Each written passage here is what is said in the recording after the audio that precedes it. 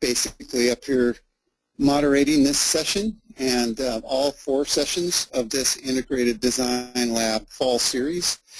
Start off by thanking Idaho Power for sponsoring these sessions. Thank you very much. We have food in the back, and you should really help yourself to that. There's some good fruit, there's some coffee, there's some water, and there's cupcakes. And so for those of you on the web, online, come next time if you can to this facility, because we're going to have cupcakes next time too. Okay? Just want to entice you. Thanks to the folks from the Integrated Design Lab, Damon and Katie, for really doing all the groundwork to put this together. Appreciate it very much. And I will introduce our speakers in a minute, but first I want to tell you about a couple of things. First thing, eat that food back there. I already said that. Second thing, more food. This is Red Feather Lounge, Bitter Creek Ale House. How many of you, this is your second session that you've been there? 2, 3, 4, okay. Well, next week, which is the final, not next week, the week after next, don't come next week. November 13th is the final session. So if you come in person, and that includes those of you who are on the web, if you come in person to the last session, we're going to give away 3 of these. There's 2 $50 gift certificates for those who have come to 2 sessions. And the Steve Binner types and Leif, you have an opportunity here that come to 3 sessions. There's a $100 gift certificate. So I mean, if you're the only 2 that come that have been to all 3 sessions, it's a pretty good odds that you might get a $100 gift certificate. Oh, Gunner's been here. Oh, that's right. Oh, that's right. Gunner's probably going to be to all 4. Well, he's a speaker this time. It won't count. So come back next week. We're going to give away these 3 certificates. And so all of you are eligible for the 2 $50 ones that we have, right? Good. Tonight, the 3rd session, we're going to have local case studies, local stories about energy efficiency. And we've got 3 good people up here representing 3 good local firms. And I'm going to let them say a little bit about themselves in a minute here. But first I'm going to go through and quickly introduce Gunnar Gladix from Hummel Architecture, Tim Johnson from CTA, Russ Pratt from CSH QA. Those are our 3 speakers, and they'll be talking about 3, well, they might have multiple projects they talk about tonight. Gunnar will start us off and kind of set the theme for the session tonight, and then we're going to go to Russ, and then Tim, you're going to bring it up, and I mean, really, your job's a big one here, is to make everybody feel really good that they came. All right. So with that, I'm going to turn it over to Gunnar, and actually, I'm not going to turn it over to Gunnar yet. I'm going to ask Gunnar to stand up and tell us a little bit about your background. You can use this mic to start with if you need to. Did I turn it on? Yep. Yeah. Oh, okay. My name is Gunnar Gladix. My educational background is in architecture. Worked in architecture out of school. Then worked in building science research, the IDL, for 5 years, and then just recently gone back to practice architecture. So. And then I'll talk a little bit more about, I've had involvement with the project, and that was actually not with Hummel, but as a consultant. So it'll be an interesting perspective, I think. Thanks, Gunnar. Tim? Yeah, it's working. Tim Johnson, CTA Architects, Engineers, Mechanical Engineering graduate of North Dakota State University. Doing a lot of mechanical design mixed with energy modeling, energy analysis. In the last couple of years, I've been moving more towards the energy analysis side, so talk a little bit about the process of energy analysis and design philosophies. Thank you.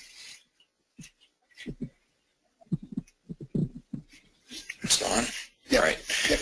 I'm Russ Pratt. My educational background is in architectural engineering. I've been with CSHQA for 3 years. For that, the short stint in Pennsylvania. For that was at CTA. was just calling that a few minutes ago that today is like my 10-year anniversary for my arrival in Idaho. Yeah, so 10 years ago today, rolled into town from Vermont. So I do mechanical engineering design at CSHQA. Been doing it for about 18 years. Thanks. Okay, thank you. Gunnar, are you ready to go? Sure am. Thanks a lot. See, hope everything works. Okay, like as I said, the project that we were asked to talk about was the College of Business Economics for Boise State University. The project was a DPW project for Boise State, new building on campus. And so, like I said, I had kind of an interesting perspective.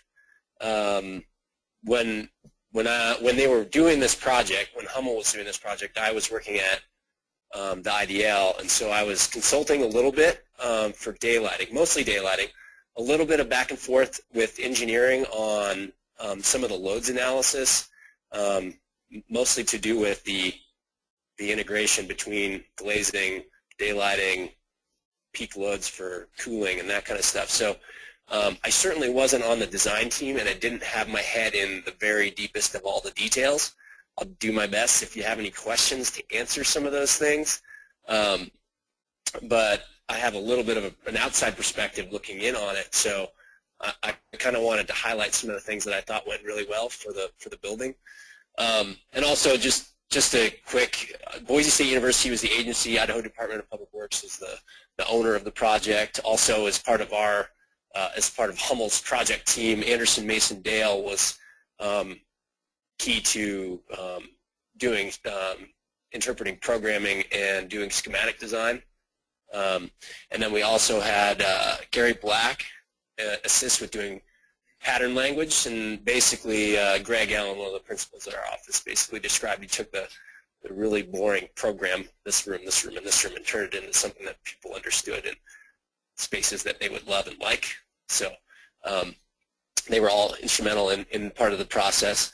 And then I obviously wanted to mention too, Musgrove Engineering, which did a lot of the energy analysis, the mechanical design, electrical, and then where I was before at the Integrated Design Lab, we assisted with daylight modeling and doing some back and forth with Rick, who was at Musgrove doing energy modeling and how to do the chilled beam system in the energy modeling, and kind of trying to balance the loads and daylighting and solar gain. So I bet I saw Russ had something like this on his too, which is basically the same thing from the IDL. It's basically, so when we're talking about some of these different or new system types, basically in this one it's going to be radiant chill beam systems. We have to be much more conscious about the loads than we do when we do, well, we're just going to put a rooftop unit on it. We'll just size it for whatever size it says it is. You know, we only have a certain amount of BTRs per square foot that we can deal with when we're talking about radiant systems. This one's an active chilled beam system, so it can do a little bit more to take care of latent and sensible loads, but that side, on the left side of the equation, is important too. And so I think there are a couple things that went really well for this project, and so those are the things that I wanted to talk about in as far as building design, especially siting. I have a few slides just about the siting and where it started when they started talking about, well, how does it interface with the university and the street and all that kind of stuff. So, but the loads are really important in some of these projects, and I think these guys will touch on a lot more of the technical pieces, so I'll try and stay up high, and then I'll let these guys dive down. I just kind of took this is a typical kind of chart of just to get an idea when you're doing system sizing. You know, peak heating envelope's a huge deal, and then your ventilation load is also, and it may be a little bit more. This is not quite a university classroom building, but on the cooling side, the envelope's still a huge piece of the peak sizing equation. So, and most of that's the sun. So one of the things that we paid attention to on the project was siding, daylighting, shading, and all of the other pieces that were going to play into the system that we could select to use with the building that would work for the loads. People. On this particular, this is just kind of a generic example too, so they may be very different. These weren't from Kobe, but and so I just wanted to mention too, and this radiant cooling number might be more like Russ's project, where it's more of a pure radiant system, where this active radiant systems are able to deal with a little bit higher peak cooling loads in the room per square foot. But I just wanted to highlight, you have to be more conscious of your loads. You can't just put you can't put a room on a west-facing wall and put windows all along and expect to be able to do any system you want. You have to pay attention to it architecturally to be able to accomplish doing one of these systems that may be a little bit more low energy or have some different beneficiaries to it. If you look like you have questions. Okay. So I just wanted to introduce the site, if any of you haven't seen the building before. Capitol Boulevard here, and basically the river's just right up here. Morrison Center's right here. Capitol Boulevard coming down this way. University Drive. So if anybody remembers beforehand, there was that awful little motel type building there on the corner, and maybe like a Denny's or something like that, that the university bought a while ago. And so this project came along and they wanted to use the site to put the College of Business and Economics on, and there's other programming aspects, future buildings, parking, lots of other issues going on. But looking at the site, it's pretty well set up to be able to accommodate what you might optimize for building solar orientation. But I wanted to try and show kind of a lot of the steps before we got to what I think turned out to be a very good building layout for the site.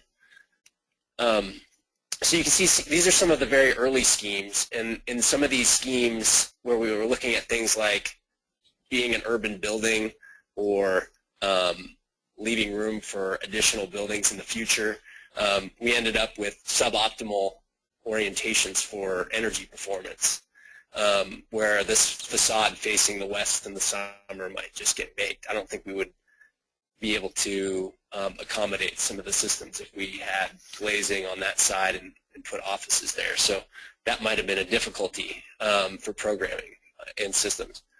And there are a few of these options that are similar, and one of the issues was, do we want it to face the street, or do we want to have this big kind of commons area in the front? And I think fortunately it is an urban building today, and it faces the street and addresses the street nicely, and creates a courtyard space behind. So this is what, after many of those cycles of going through the pluses and minuses, what I wanted to mention is, so you can see this is north here. It's very tiny down here, but mostly all of the kind of important programming elements are faced north and south. So you can see that the offices, the faculty offices, support offices, graduate student offices, classrooms, and a lot of those things are facing directly north and south, which are easy to deal with the system that we ended up using, which was the passive or the active chilled beam.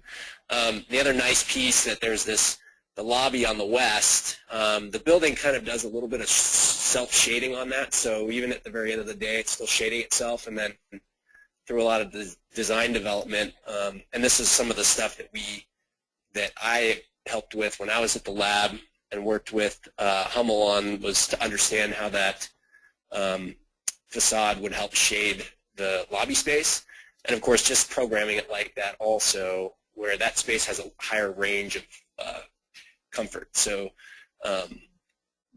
being able to put that on the west was very helpful, as far as instead of putting classrooms or offices on that side. It also makes a nice courtyard space in the back here. It's protected from the streetscape, from the noise of the big boulevard, and also kind of creates a nice microclimate in the back of the building. And so I think that this is a really good example of from where those initial diagrams started. This ended up being pretty optimized for building performance. It's elongated basically in the east and west in the main functions, and it's got a connector that connects it to the each part. I've seen a couple of kind of like prototype designs for office buildings or other things where they have two long bars on the east and west axis, and they have a couple little connectors, and these are like net zero prototype buildings, but this is a good layout for optimizing for solar orientation and stuff. So I thought that was a really successful thing, and it made the job easier to do good daylighting because we didn't have to deal with a lot of west where we had people sitting at their desks and all that kind of stuff. So it was really easy to do a better job daylighting. I did want to just touch on these, and like I said, I wasn't on the project team, so I didn't deal with a lot of engineering coordination, so I'll try and answer any of the questions that come up later as best I can, and I bet you these two guys will have some similar stuff that they'll talk about, and that because of their powerful engineering brains over here, they'll be able to answer better than I can. But there was increased insulation and thermal mass in the building. They used better glass than was required by code. We looked at a lot of different glass types during the daylight modeling. The light power densities are lower. We tried to best optimize daylighting as we could with the programming.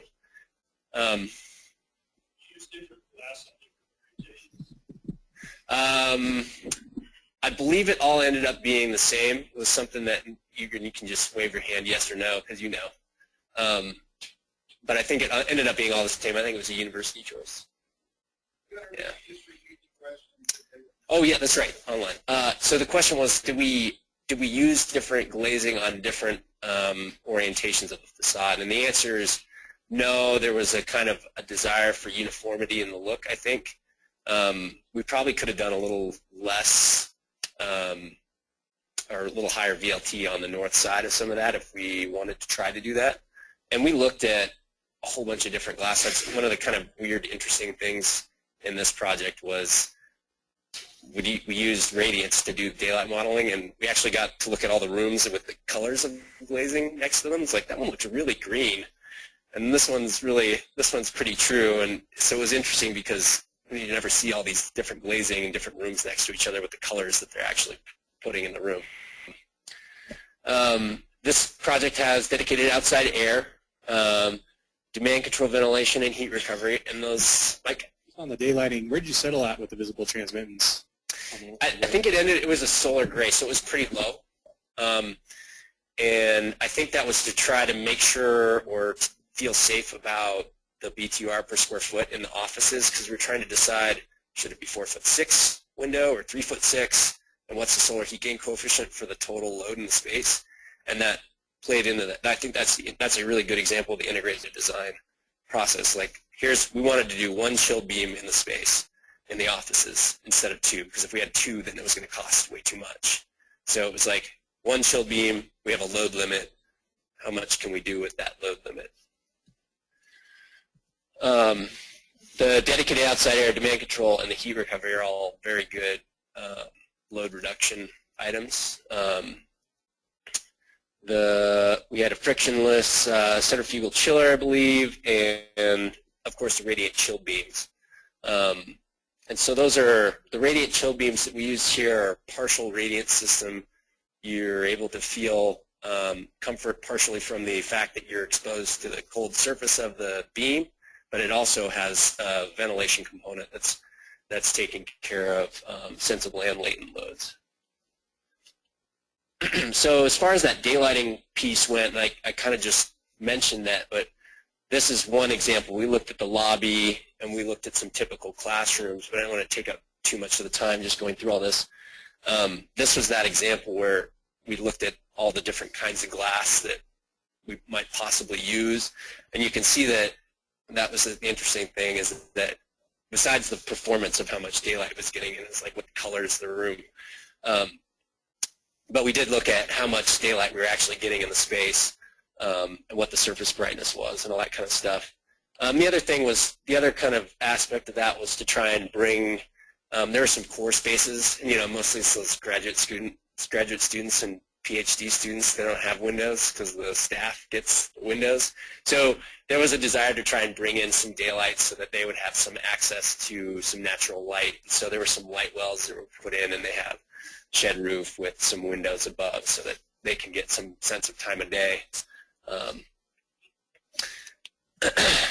So this was basically the discussion. It was that load limit deal where we're trying to look at how much can we get. We want more daylight, but if we have a bigger window, it's going to allow more solar gain, so we can't quite do that. So we wanted to see what the difference between these was. So you can kind of see that 4'6" window really got kind of the low end limit and gave the whole room full daylighting even in cloudy conditions the whole time. But because we wanted to try and keep that load limit, we ended up closer to the 3.6 mark. And this was kind of just some trying to visualize those spaces where we had light wells coming down the graduate student desks and some of the working areas in the middle. And then also on, aside from the kind of typical office condition, looking at deeper setbacks for the window just to get a little bit more shading around the edges. And then also on this west facade, there's pretty good articulation to try and take care of the glare and comfort issues and cut down on the western heat gain for that facade. And I think for the most part everything's pretty successful. It looks really good in there, and I think it's mostly pretty comfortable as far as sun coming into the space. It kind of comes in there late in the day in the summer, and that's really kind of the biggest time that it comes in. And again, these guys will probably touch on this. I know Russ is going to talk a lot about radiant cooling systems, but this is just kind of a general overview just to talk about some of the pieces of integration with the daylighting. But overall, on the cooling side, radiant systems are just kind of generally more efficient for cooling as we're using a lot less fan power to deliver air, and air is not the greatest medium to move energy around in. So this is able to utilize a little more pumping power to push chilled water to the chilled beams, but basically they're a device. You've got basically a little radiator up there. It looks like a little, it's just a cooling radiator, so you can kind of feel that in the space, and you're also pushing pre-cooled air by it, which is coming from your air handling system. And I wanted to just touch on this too, and this is from the UK, so it's in watts per meter squared. Excuse my British here. Mostly, you know, a lot of loads. You can see some of these 15 to 25 watts for lights, and 400 watts per person for equipment, 90 to 100 watts per person, per human in the space.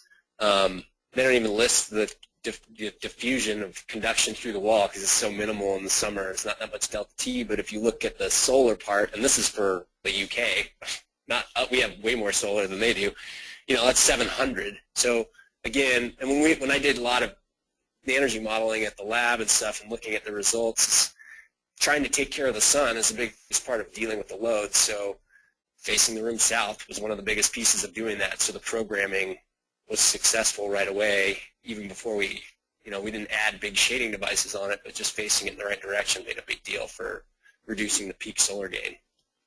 And so that was an important part of being able to do these systems. If we were facing west and we had even our smaller window, we might have had too much load on that space. And I think probably almost out of time, but I did want to touch on some of the data. So I did a little research. So national average CBEX, Commercial Building Energy Consumption Survey for education, university building, and I took the 3 coldest climate zones and just lumped them together to get a good sample.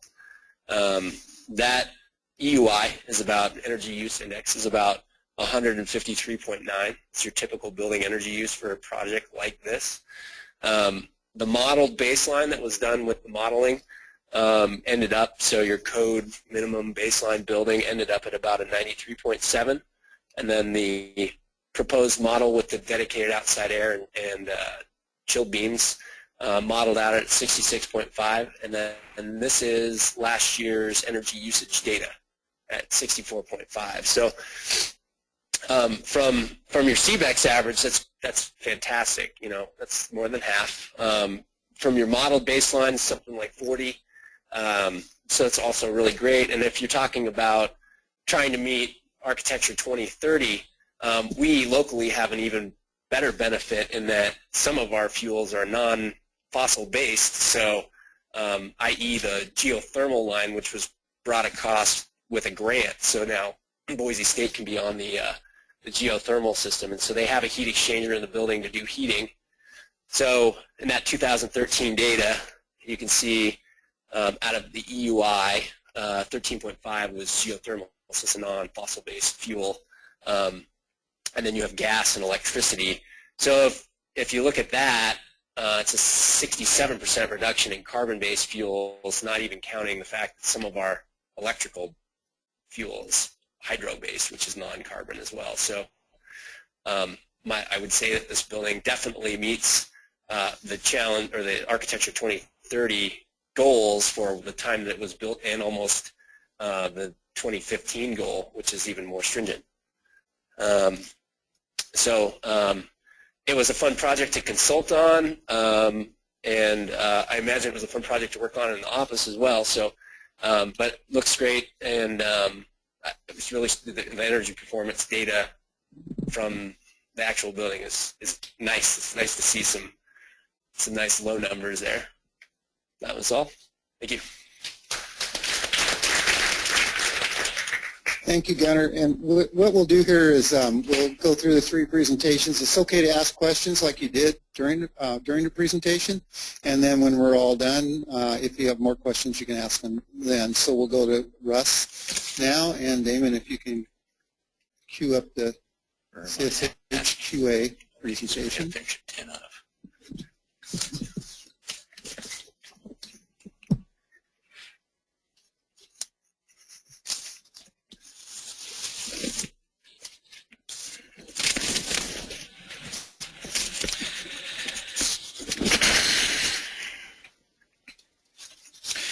I didn't figure out what to say about that one. Well, is everybody familiar with our new office building, corner of 2nd and Broad? Yeah, okay.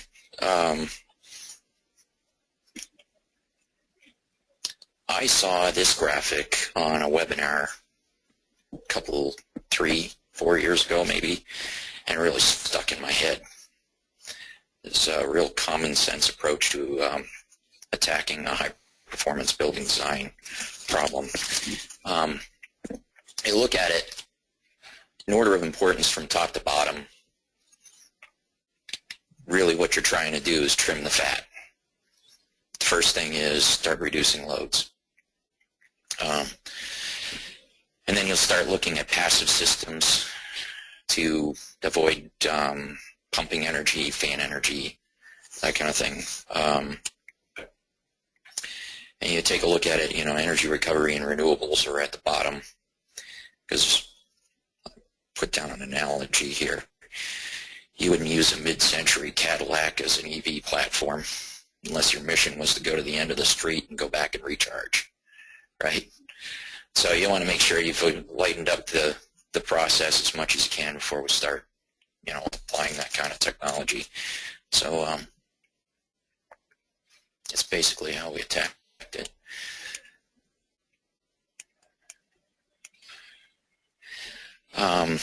First thing I was looking at when I was doing the design was using some common sense, I call it common sense, set points for the energy modeling and sizing of the equipment. And what I used in the model was 70 degrees for heating, 78 for cooling, and quite frankly, it went over like a fart in church.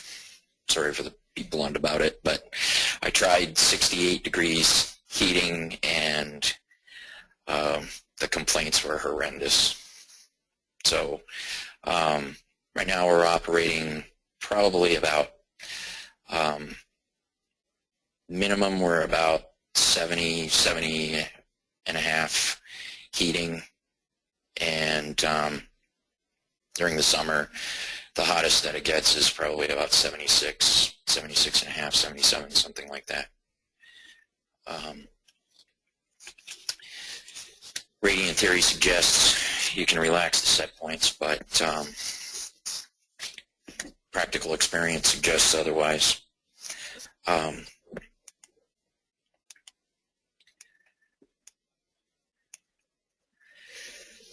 One thing that we tried to do that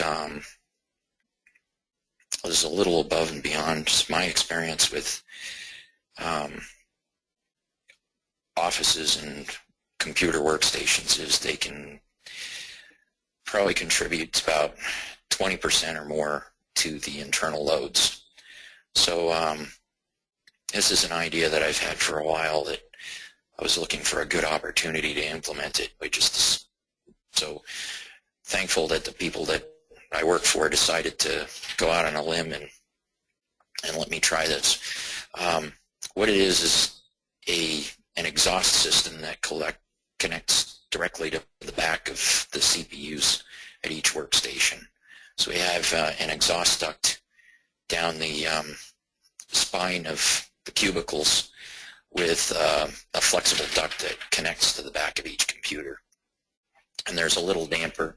You can see it there on the sheet metal enclosure with an actuator on it that's powered through the computer CPU for the board. So when the thing is powered up, it opens up the airflow through the thing and collects the heat off of the processor. Idea is that if we're completely full, if the office was completely packed, there was no place else for anybody to go, and everybody's running super graphic intensive programs, we'd probably be reducing loads to the tune of 4.5 to 5 tons. So the total square footage of the building is about 18,500. That's subtracting for the patio out on the corner, but the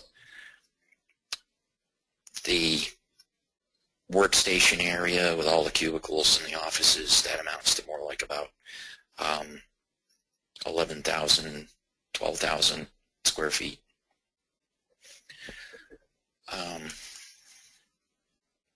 Common sense lighting design. This is Mike Jones' work. He did our daylighting analysis for us using Spot. Better him than me. I can't stand Spot. Talk about a buggy program. We have, what is it? I think 14 skylights placed around. It's a single-story building, and it works out that have about one skylight providing daylight to about 12 cubicles. But see that, what was I talking about?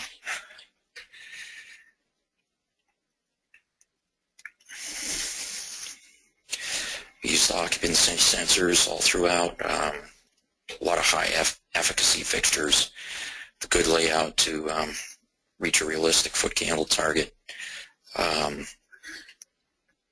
Almost, with the exception of the lighting over the cubicles, everything in the building is LED.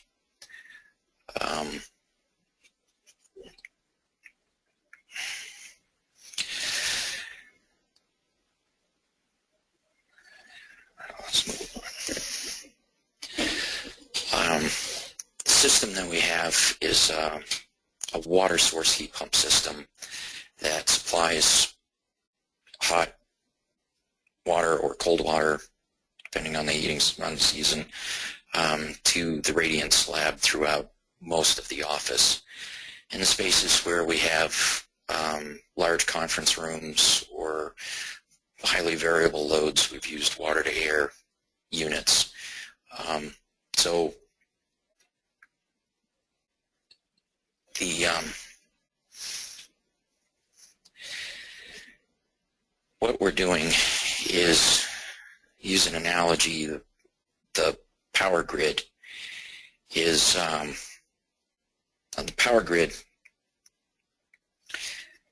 they'll meet base load with a nuclear plant and then load match the peaks with hydro, some kind of other easily controllable system.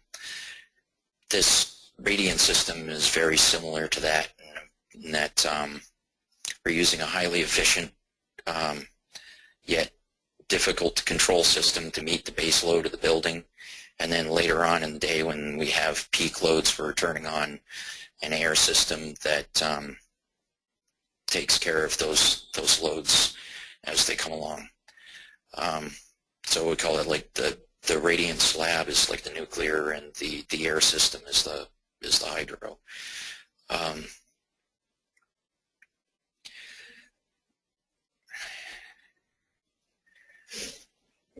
The radiant system is sized for approximately 60% of the loads in the building, and the air system is sized for the rest.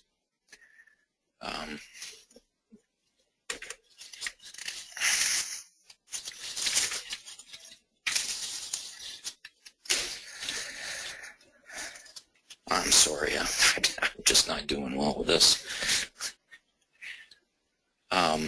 We have geothermal heat add to the source loop. I really don't care what LEED has to say about municipal geothermal. As far as I'm concerned, it's a renewable resource. We weren't able to get it as a credit under, was it LEED EA 3? I can't remember. On-site renewable. On-site renewable, yeah. 6 or something, yeah.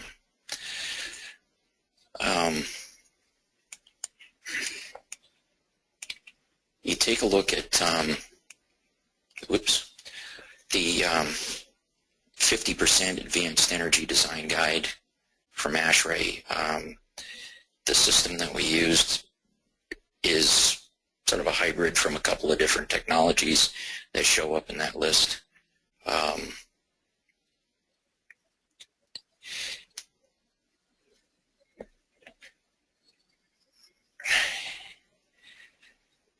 I evaluated 6 different systems before I arrived at this as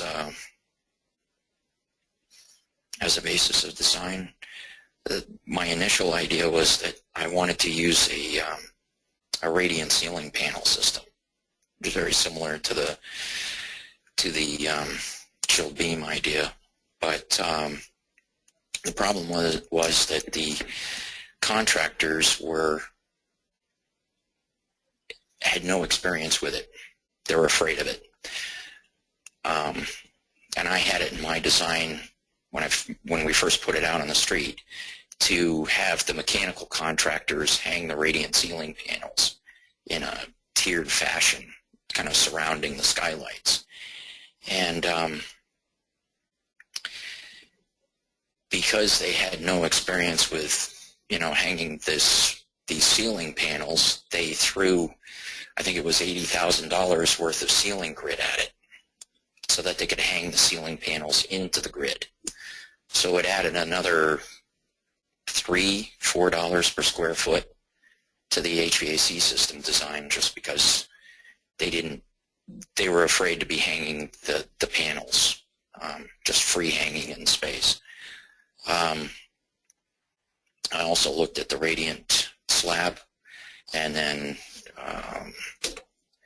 was it water source heat pump rooftops, water-cooled VRF, air-cooled VRF, and then high-efficiency air-cooled packaged rooftops, VRF. The range of percent improvement above 90.1 baseline goes anywhere from 30% with the last one up to about 42% for the radiant systems.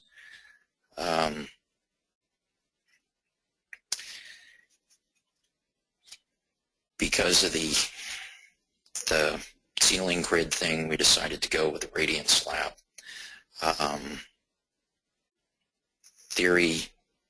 Radiant slab design theory suggests that you want to keep the slab as thin as possible to try to keep your thermal inertia down on the slab. The architect, during construction, took it upon himself, well, without talking to me about it, he said, well, we don't want to be hitting the tubing with nails, so we're going to double the thickness of the slab. That's when he did. We took the thermal inertia, which was going to be somewhere around 5 to 6 hours, and he stretched it out to about 13.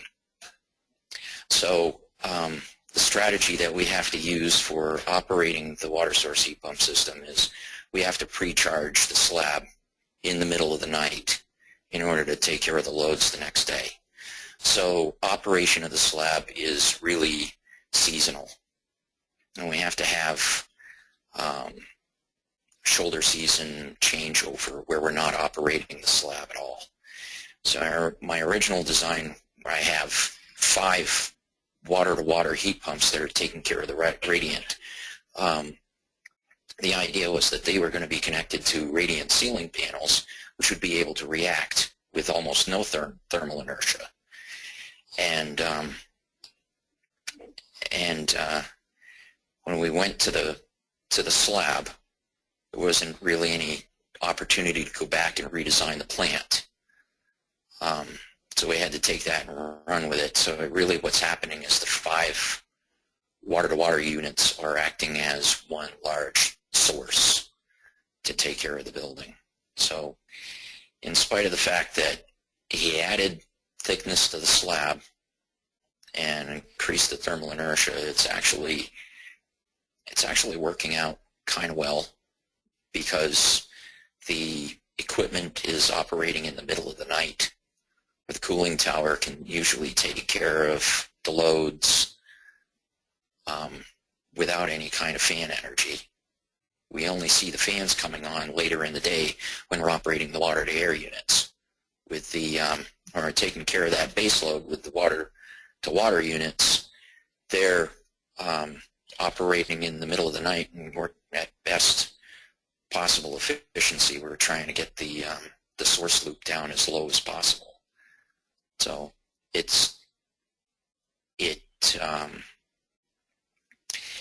if we were doing some kind of peak shaving, this thing would be perfect. It would be sort of like a thermalized storage system.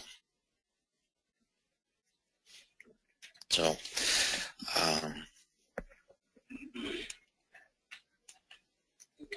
yeah. Had you found any, or have you tried to push comfort criteria with the cold slab? Had you found any low limit on the slab that was too cold, or you got comfort complaints where you pre-cooled the slab too much the night before? Not really. In my design, I had used 104 degrees for a supply temperature for heating, and I think it was mid-50s, 54, 55, something like that, for cooling. And it turns out that in order to do the cooling, the coldest the slab ever gets during the cooling season is about 63 degrees. And we haven't had any kind of complaints as far as people having cold feet. Where they do complain is when the air system is delivering cold air, it's blowing directly on them. That's when they're really starting to feel uncomfortable. Fortunately, the air system is rarely running, and it absolutely never runs at full capacity. So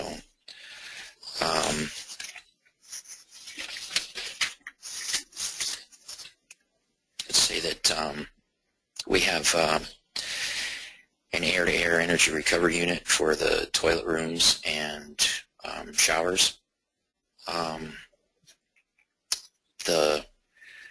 We have a hydronic coil off the geothermal system that's tempering that air during the heating season, not doing anything in particular to control the temperature. We have enthalpy wheels on the rooftop ventilation equipment. The air system that we have shouldn't be, it's a very complex control strategy for this thing, because it's doing a lot of things with one piece of equipment. We're doing our ventilation air, so it can function as a 100% outside air unit. We're doing supplemental heating, supplemental cooling, and some economizer capability as well. So it's been difficult trying to get the bugs worked out of the control strategy. This last week, the last couple of weeks, I've been trying to get the DDC package to kick in the fall shoulder season changeover from cooling season to fall shoulder. And we had it set up with 3 consecutive days at 50 degrees. If you take a look at that, we don't see 3 consecutive days below 50 degrees until the middle of November, and we're supposed to start going into heating season in November. So I changed that to 3 consecutive days at a minimum of 45 degrees. So I think that's going to kick us over into the fall shoulder season faster next year. It did end up with a few complaints because cooling season seemed to be going a little bit long into October, but I think we've got it worked out. The idea is when we're in the going into the spring shoulder season, we're rising into the temperature zone that we're looking for, and we're going into the fall shoulder season, we're actually dropping into it. So that 50 degrees value just didn't seem to be working well.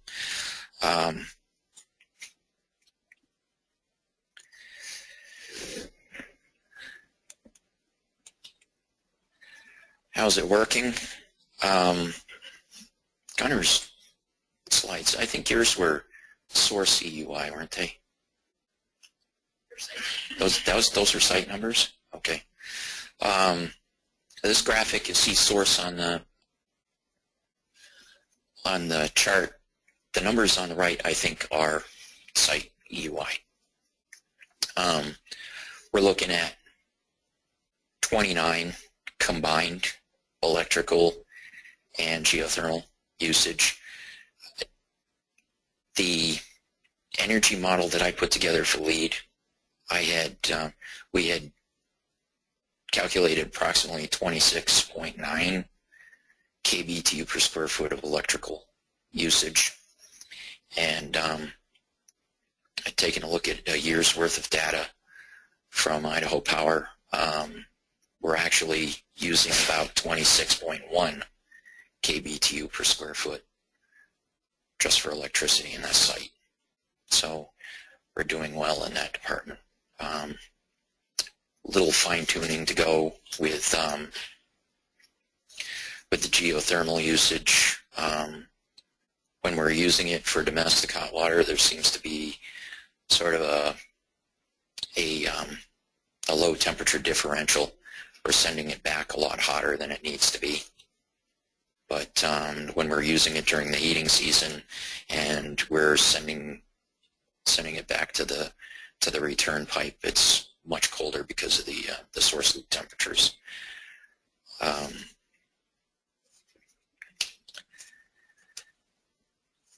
You know,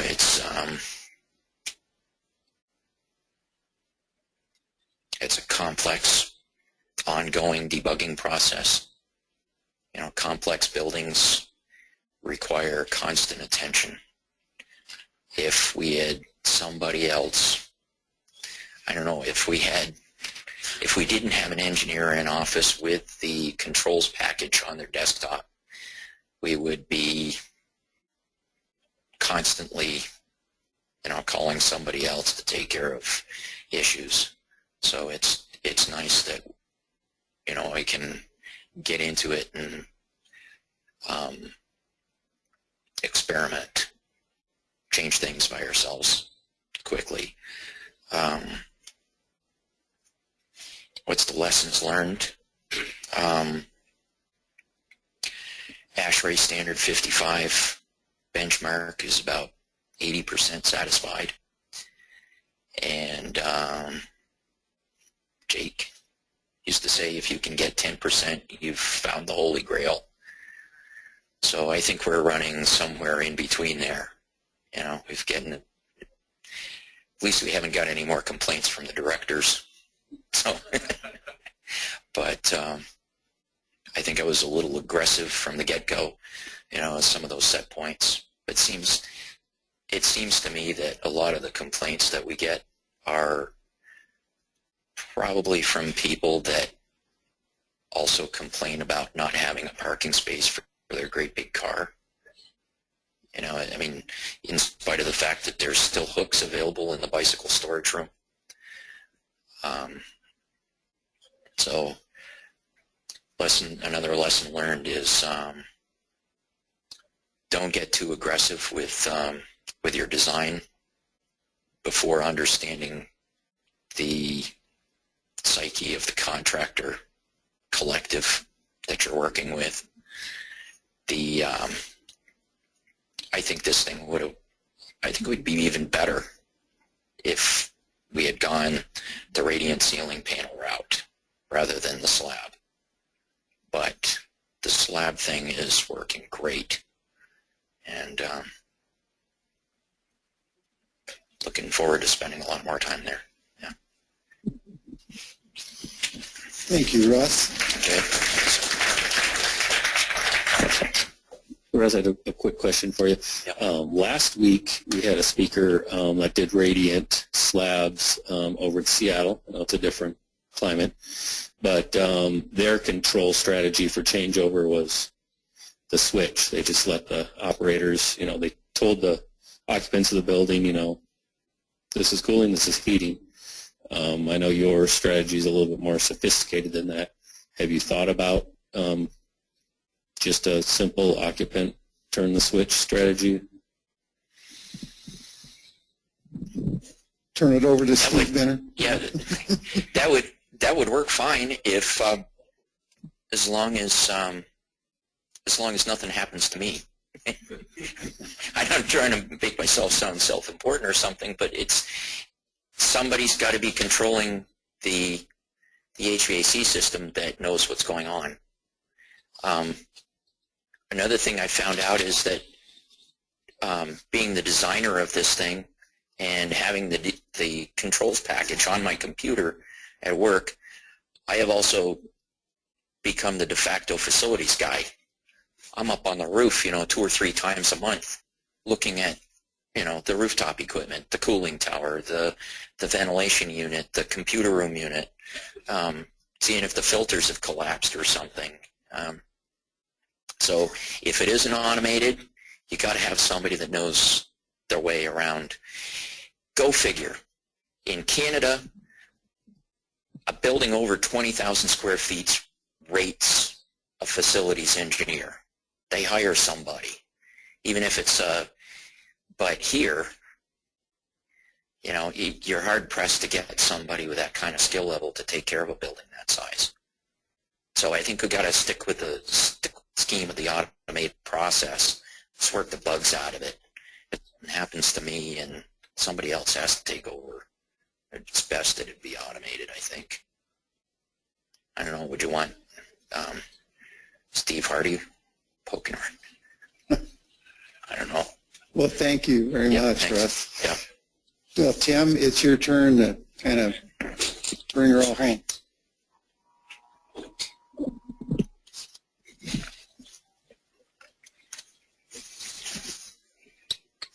Sure where the best place to stand is here. All right, let's get into it. So this is our new office. Kind of a fun little space. If you haven't been over there, come by sometime, check it out. It's good collaboration space, lots of light. But for those of you who don't know, this is CTA. We're in 7 states, and we've just recently expanded to Canada. About 400 employees, a little less than 400 employees company-wide. Just passed our 75-year anniversary. 95 plus LEED credited professionals. Where sustainability is a high priority, and so that was a push company-wide to get that going. And here locally, we've got about 70 people, mix of engineering, architecture, site administration, things like that. But move on here. We've done some pretty cool local projects. The Sensi campus, you guys have probably driven by. A lot going on there. We did a number of buildings, 4 or 5 buildings out there. Cool stuff. Also the Zions Bank building, 8th and Main, did a lot of that work. And we're actually, that's us here on the 8th floor, so cool views from there. And then 10 Barrel Brewing Company was a fun renovation downtown, so you've probably seen our work.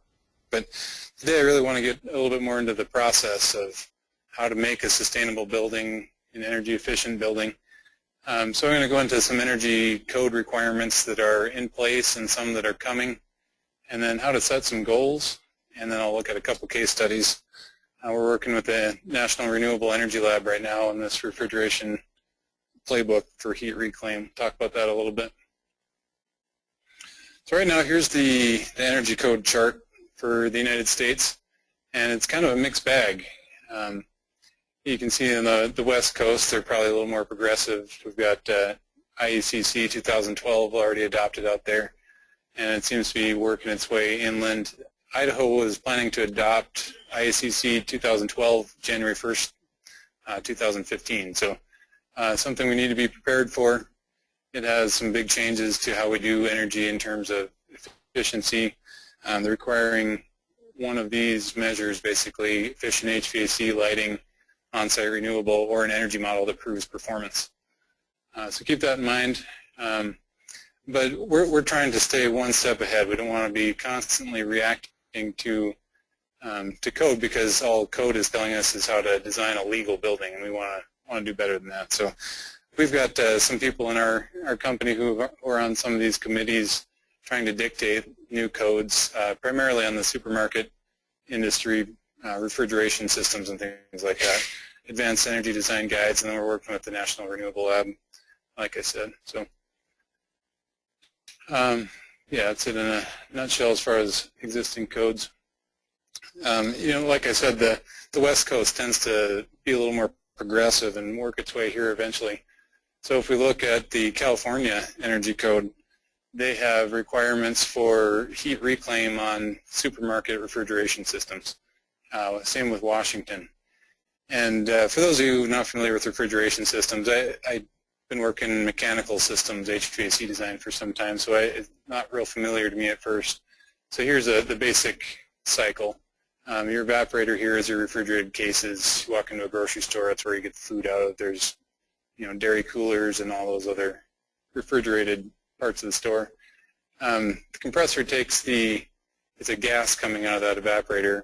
I'm sorry, it's a gas, liquid going in, gas coming out. Compressor heats it up and compresses it to the condenser, and then we have all this heat to reject. If you go down here, this is our pH diagram. I learned to enjoy these from our refrigeration guys. But down here is the heat that we're absorbing by the refrigeration system in the cases. And then up here is the heat we have to get rid of.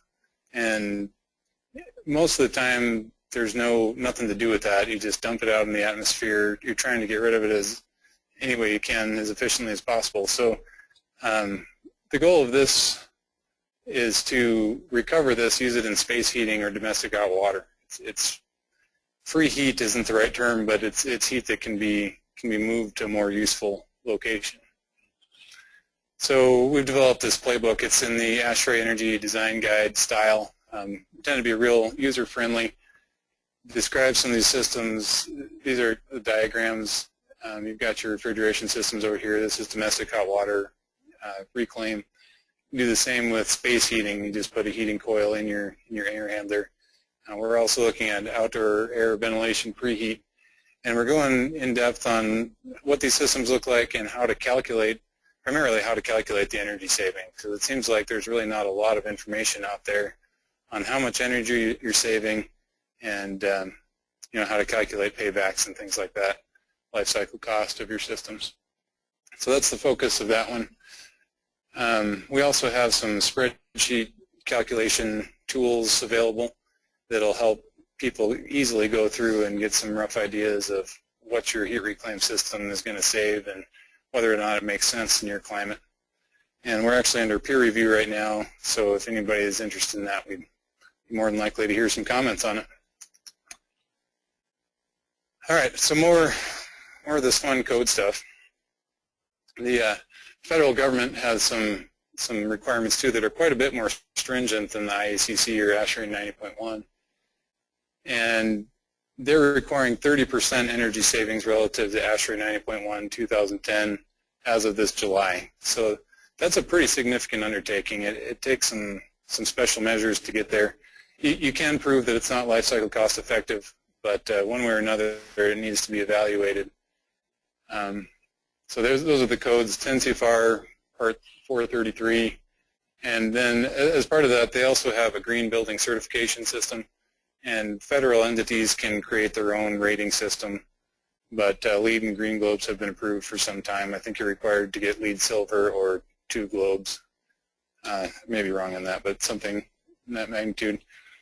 And then life cycle cost analysis, they have some, you need to do that on every federal project, and there's some specific guidelines on how to do that.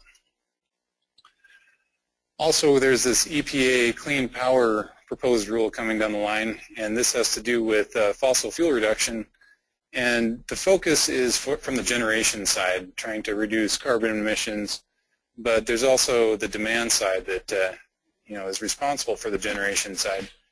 So staying abreast of this is really important. By 2030, we're trying to cut down, this is Idaho's goal here. This is what we're burning right now, or emitting into the atmosphere. And we're trying to reduce that by about 75% by 2030. So big changes coming. It'll be interesting to see what happens there, but just something you gotta keep in mind and do our part on the demand side of things. And Gunnar mentioned this already, the Architecture 2030, we've committed to net zero by 2030, right? So how are we doing? It's I guess we're still at 60% now, but 2015 is right around the corner, 70% energy savings. That's a big deal. Of course, we can do that by reducing loads and on-site renewable. We'll get into that a little bit more in a second. And I just want to touch on benchmarking real quick. When we talk about 30% or 60% reduction, there's all sorts of baselines you could be comparing to. When we're talking Architecture 2030, it's CBEX data. IDL has some cool graphics if you want to go check out our local EUIs by building type. There's also this Energy Star Portfolio Manager and Target Finder, free tools online. Go use them, check them out. A few other tools, won't get into those today, but they're pretty handy tools out there for benchmarking and important for this line of work. So now we'll get into a case study. We have not quite local, but it's just outside of 90 miles north of Las Vegas. It's a visitor center on Pahranagat National Wildlife Refuge. It's kind of an oasis between deserts near the Mojave Desert. High elevation desert, so it gets cold and fairly warm. Not unlike Boise, really. 5,000 square foot office building and visitor contact station, they call it. I had about $3 million on the project, but that also includes a trail system and some interpretive work. It was a design build project, and we were required to get a LEED Silver on it, but they said, what would it take to get net zero? Do you think we can do that with this budget? So we said, yeah, I think we can. So when we're doing this, the first thing you have to do, right, is learn to speak architect. So luckily one of the architects in the office gave me a key here, so I can sound intelligent.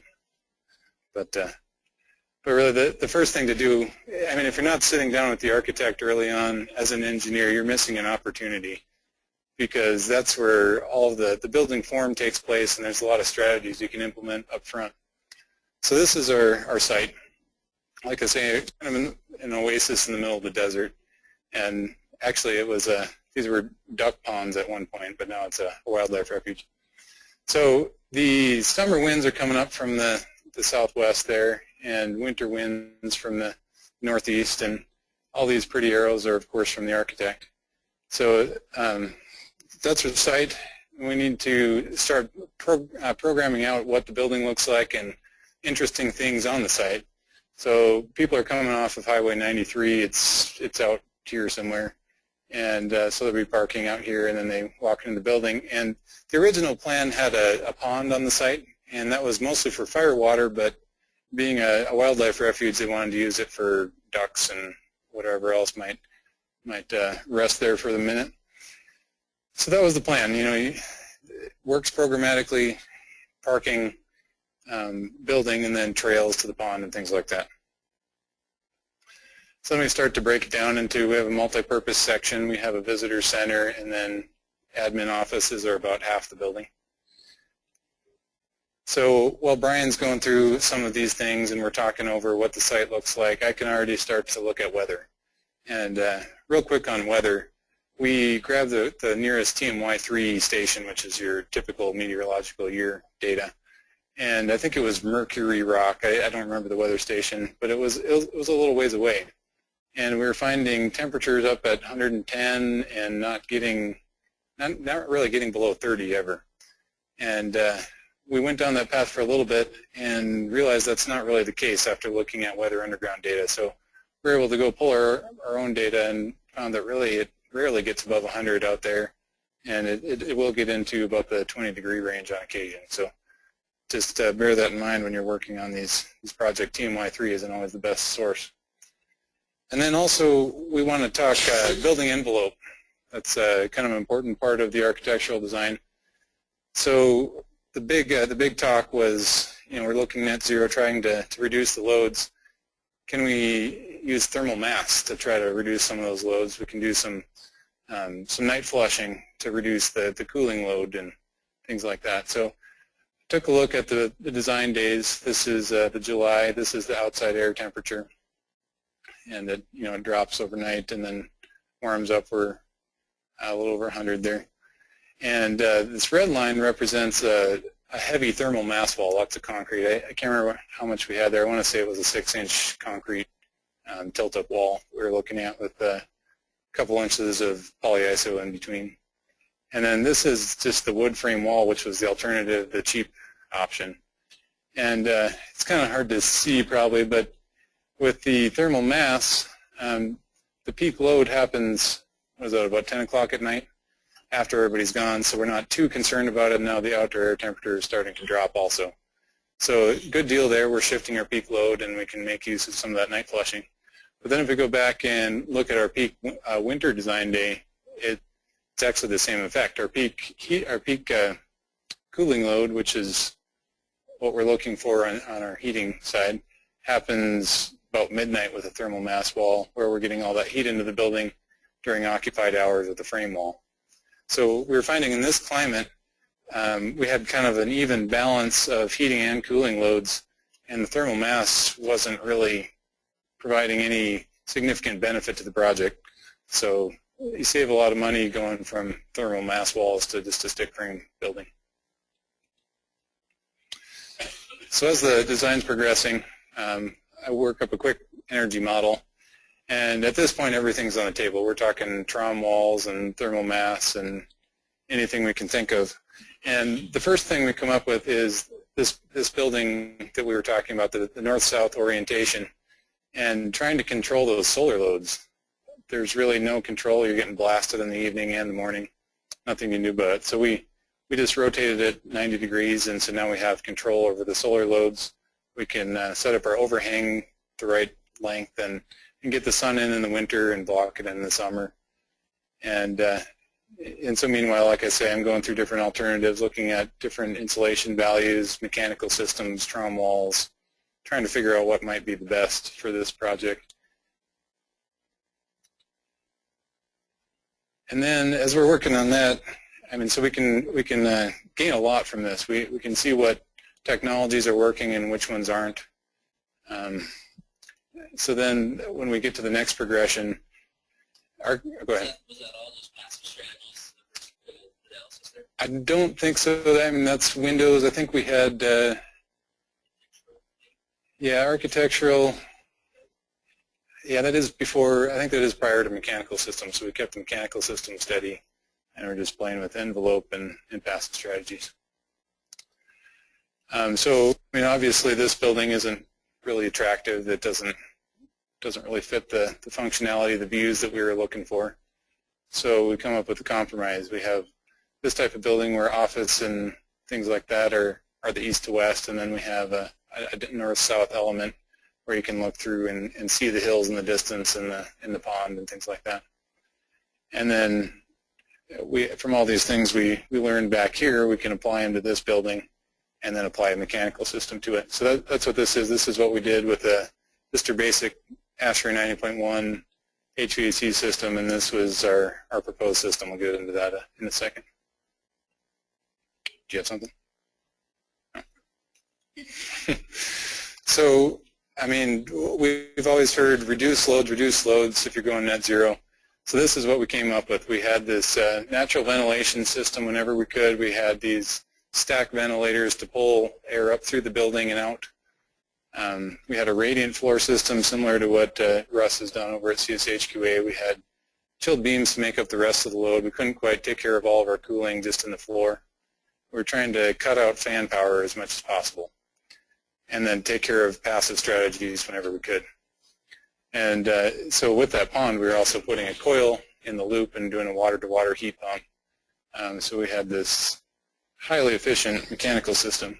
So what we ended up with was going from about a 25 EUI to a 19 is what we were predicting. Kind of a rough idea of what the mechanical system looked like there. And we were able to chart out how much photovoltaic power we need to generate to hit that net zero mark. Well, so it's a nice system. I mean, the users of the building weren't terribly excited about controlling natural ventilation and playing with the building being involved in it. And it's an expensive system. So the next idea is, oh, this is kind of where we were here.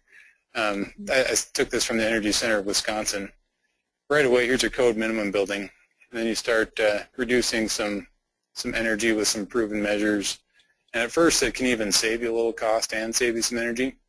And at some point, it does increase the cost, but these are proven measures. They're pretty easy to implement, no big deal.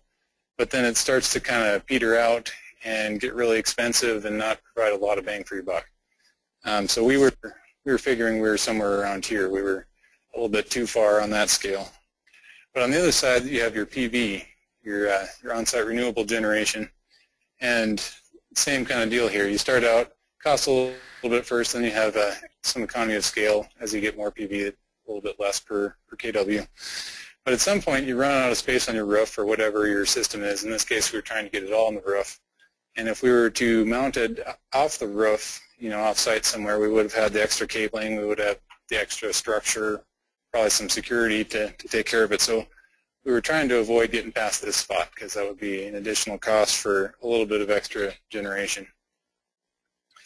So really what we're going for is meeting in that middle, finding the optimum cost and generation configuration.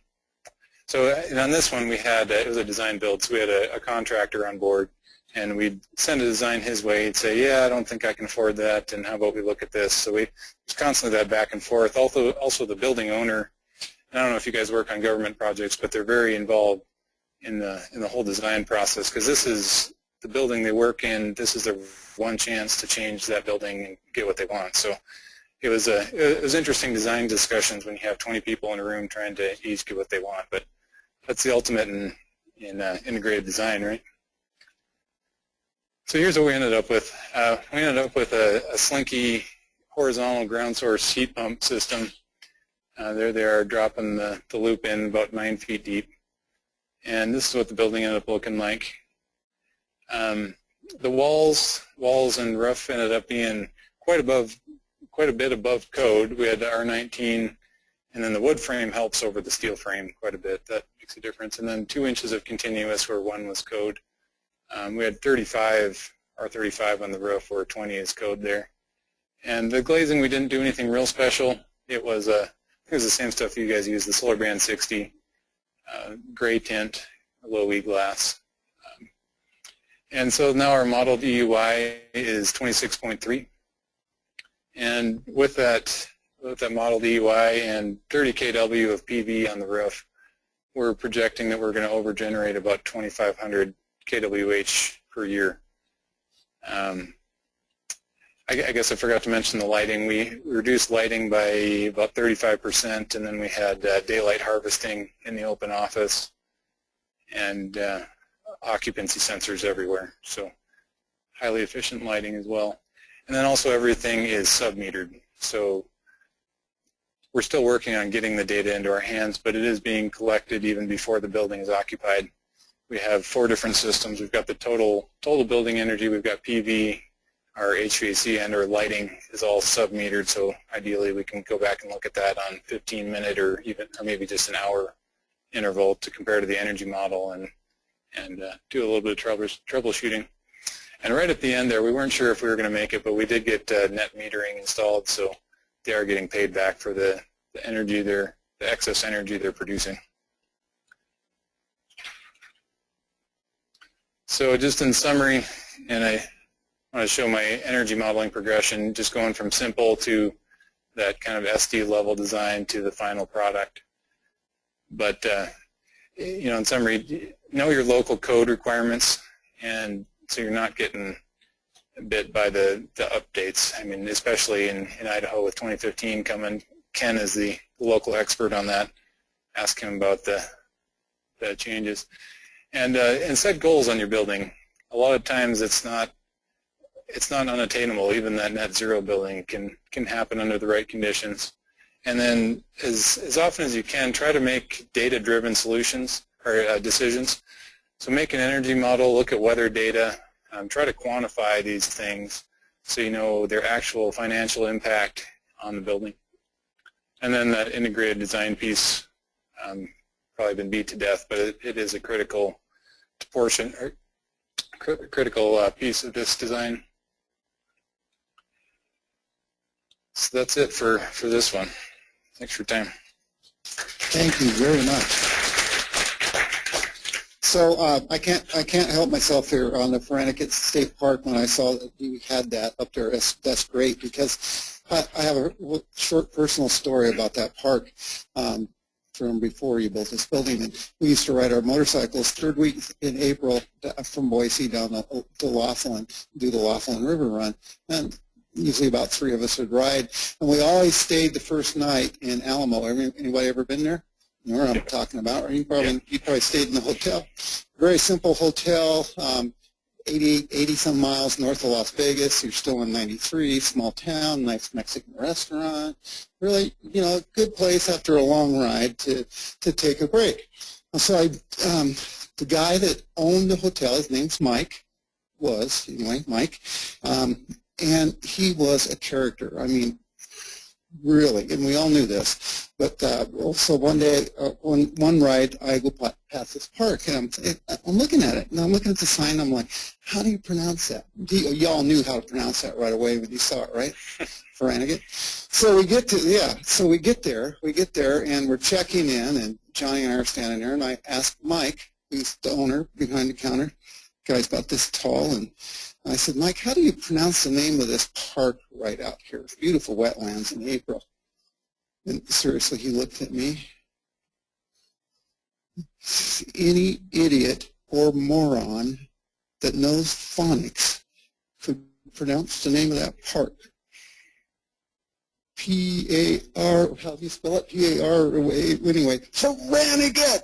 And he just like that, very seriously, and any idiot or moron.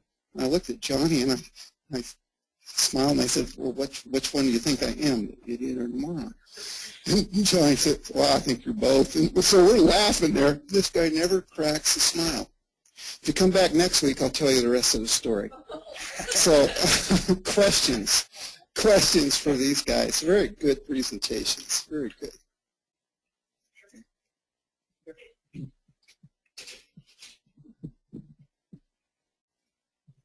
In any of your guys' design, did you guys look into night flush or any other designs, and what have you found with, night flush? Yeah, I guess I can get in and pass it on to Gunnar here, but yeah, we definitely did look at night flush, and that was what I was showing with the thermal mass there. That was the technology we were looking at, and it did save on cooling energy, but the benefit just didn't seem to be worth the effort in this one. Other questions? Brad. Yeah, back on the park there. I saw you had a DOAS system in there. Did were you just delivering ventilation, air, and did you have to do any conditioning of that at all, or was it just the wheel? We actually didn't end up with heat recovery. We just didn't have a lot of exhaust on this one. Well, we did have one heat recovery. We split it visitor center to admin. The admin was the bulk of the ventilation at this point, but we actually just delivered it, tempered it up to between 60 and 80, and we delivered it straight to the space so we could shut off the zone level heat pumps. And then on the other side, we actually didn't require any extra heating to get that air up to comfortable room temperature, and also supplied it straight to the system, or straight to the space, sorry. Sheree? So on the refrigeration, on the requirements for the remote system having heat recover, is there a size limit that comes into effect? And how does that affect self-contained units? Because is it going to drive the smaller guys to go self-contained to not have that requirement? There is a size requirement. Let me get back to it. I can't remember what it is. Yeah, 150,000. And then Washington Drive the big guys. 100,000. It could very likely drive the big guys to take on self-contained and make their systems smaller.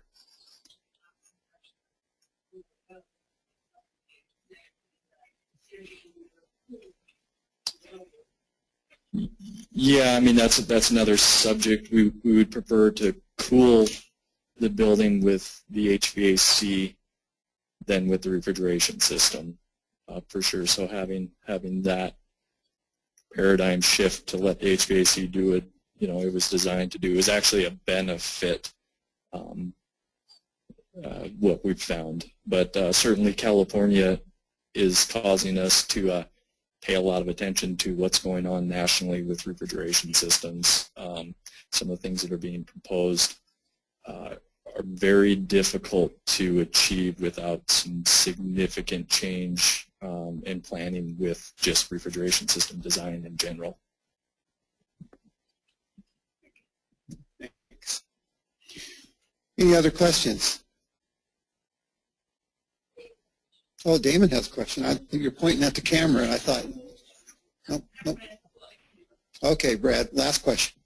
All right, going back to Russ, with your newfound experience as a facility guy for your building, has that changed your view at all of system design or any decisions you make when you design? Okay, my educational background is in architecture. Oh, you need a mic. Oh, yeah. My educational background is in architectural engineering. Before I went to college, I actually lugged a toolbox for 10 years. I've barked a few knuckles turning wrenches. I've worked on some equipment in some really tight spaces. So being the guy that designed the system, I designed it like I was going to have to work on it. So this one's working out okay. Yeah, everything's. The one thing that I would change is the access to the roof. Going up that ladder in the bicycle room scares the Jesus out of me every time I have to come back down, because I have to stand at the top of that ladder and crank. I worked on a project this was a CTA project, by the way, in Oklahoma. We put 2 air handlers on the roof, each one of them the size of a small ranch home. The filters for these air handlers would arrive in a semi, and they had a roof hatch like that to take them up through to put them into the air handlers. Just doesn't make a lot of sense. Okay, I want to thank all of our panelists. Appreciate very much your coming and your presentations. Very good. I hope you all enjoyed it. And I want to remind you, or Katie wants to remind you, to fill out your evaluations, please. If you don't have one, or right outside the door, we'll get you one. And come back November 13th, Thursday, and hear what happened to Mike Also, Kevin Van den Wy-Mellenberg, they had a baby yesterday, so that's why he's not here tonight, and we'll get to hear from him on November 13th. Take food seriously. Somebody you know wants a cupcake. Thanks.